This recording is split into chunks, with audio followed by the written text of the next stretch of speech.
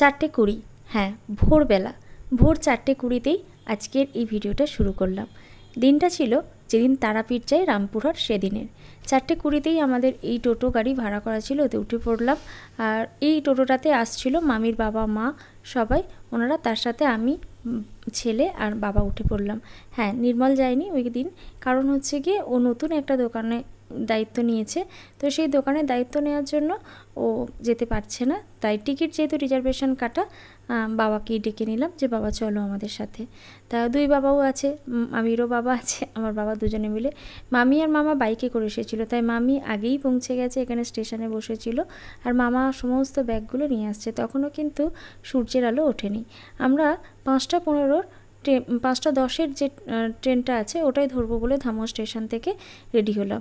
যতই শিয়ালদাতে হোক না কেন 7:20 ট্রেন, কিন্তু এই ট্রেনটাই আমরা ধরি। এই যেমন একটাই কারণ, এলো 5:10 ট্রেন 5:25। এই ট্রেনটা যদি না আমরা ধরতে পারি, পরে আছে 6:10 ট্রেন, তো সেটা ধরার পর যদি ওটা আবার লেট করে, তাহলে 7:20 এই রামপুরহাট শিয়ালদা থেকে কোনো মতে আমরা ধরতে পারবো না। সেজন্যই 1 ঘন্টা আগে আমরা চলে আসি।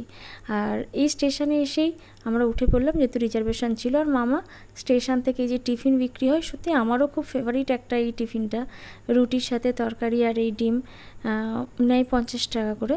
মামা কিনে এনেছে, উনি খাচ্ছে, আর আমরা ততক্ষণ একটু ভিডিও করে নিলাম। বাবা ওই বসে আছে, ওরা দুজন তো সমানে, ওরা দুজন ওদিকে বসে আছে আর আমরা দুজন এদিকে একটু ভিডিও করে নিলাম। তো প্রথম যখন আমরা শিয়ালদা থেকে উঠি ট্রেনটা খালিই ছিল, কিন্তু যত এগিয়ে চলেছি নৈহাটি থেকেই ভর্তি হলো, তারপর বর্ধমান থেকে, এভাবেই পুরো ট্রেনটা ভর্তি হয়ে গেল। আর হ্যাঁ, এটা রিজার্ভেশন যেহেতু অতটা ভিড় ছিল না, যাই হোক তবুও আমরা পৌঁছে গিয়েছিলাম রামপুরহাট স্টেশন। রামপুরহাট স্টেশন থেকে আমরা এবারে হোটেলে যাব। আমাদের হোটেল আগে থেকেই বুক করা ছিল, তো সেই হোটেলেই আমরা উঠব। পরে আমরা যে মায়ের কাছে ভোগ দিয়েছি, অনেকে বলে যে শীতল ভোগ বা ওই দুপুরের ভোগ কিভাবে দিই, সবটাই ভিডিওতে দেখাবো, সাথে থেকো।